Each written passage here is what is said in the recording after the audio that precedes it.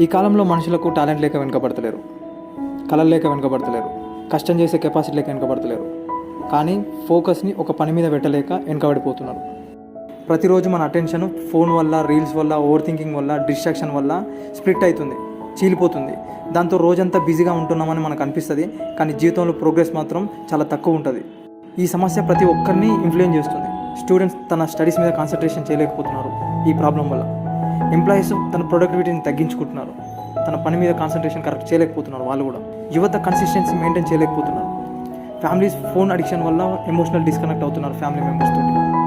ఇది ఒక silent problem, బయటికి కనిపిస్తలేదు, కానీ లోపల మన ఫ్యూచర్ని నెమ్మదిగా నాశనం చేస్తుంది.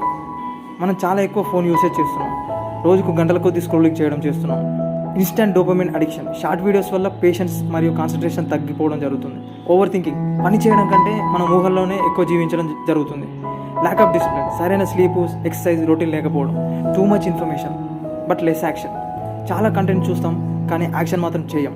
దీనివల్ల ఫోకస్ మరియు అటెన్షన్ స్పాన్ తగ్గిపోతున్నాయి, కాన్ఫిడెన్స్ మరియు సెల్ఫ్ కంట్రోల్ వీక్ అవుతున్నాయి, వాల్యుబుల్ టైం వేస్ట్ అవుతుంది, గోల్స్ అండ్ డ్రీమ్స్ ఇన్కంప్లీట్గా మిగిలిపోతున్నాయి, స్ట్రెస్ అండ్ యాంగ్జైటీ పెరుగుతున్నాయి, మోటివేషన్ టెంపరీగా మారుతుంది, చివరికి రోజంతా అలసిపోయిన ఫీలింగ్ ఉంటుంది, కానీ నిజంగా జీవితంలో మనం ముందరికి వెళ్ళామనే ఫీలింగ్ మాత్రం ఉండదు. దీనికి కొన్ని సొల్యూషన్స్ ఉన్నాయి.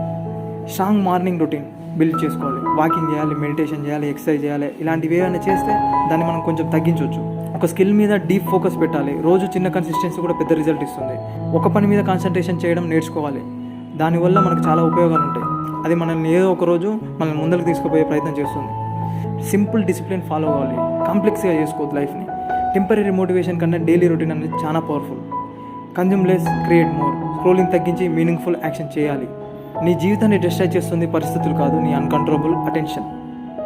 ఫోకస్ ఉన్న మనిషి స్లోగా వెళ్ళినా ఒక రోజు చాలా దూరం వెళ్తాడు. నీ మైండ్ని నువ్వు కంట్రోల్ చేయగలిగితే నీ ఫ్యూచర్ని కూడా నువ్వు కంట్రోల్ చేయగలుగుతావు.